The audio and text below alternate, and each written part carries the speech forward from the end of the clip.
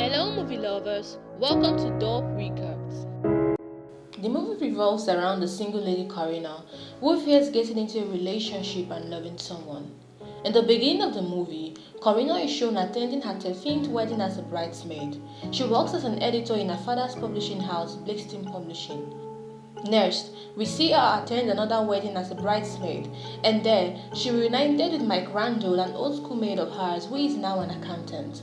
In the next scene, we see Karina pay a visit to her friends Brad and Samala, who had planned to set her up on a date with Dawson, a fit lover. The date didn't go well as Dawson went on talking about fit. Karina met with her pastor the next day and ranted about being set up on a date. The pastor then encouraged her to be open to dating and loving someone. We then see her in another counseling section with her pastor, after she had run away from a riot bachelorette party, and here we learn that her aversion to love is as a result of her father's infidelity.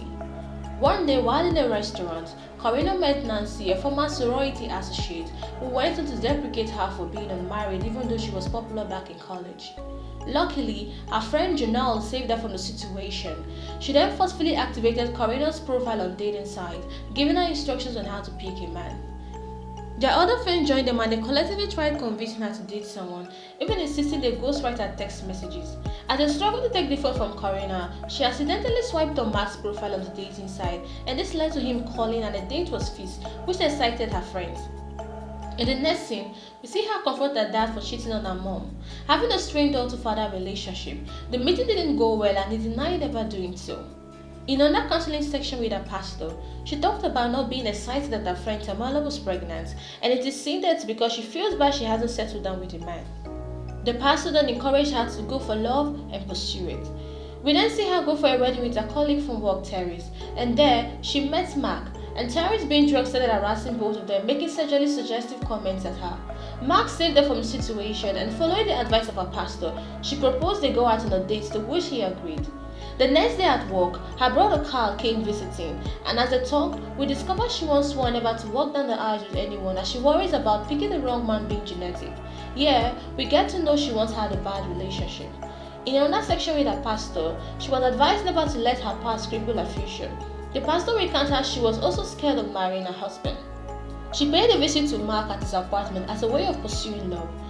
She requested he go out on a coffee date with her, and there she told him about her relationship struggles and fear, and they officially started dating.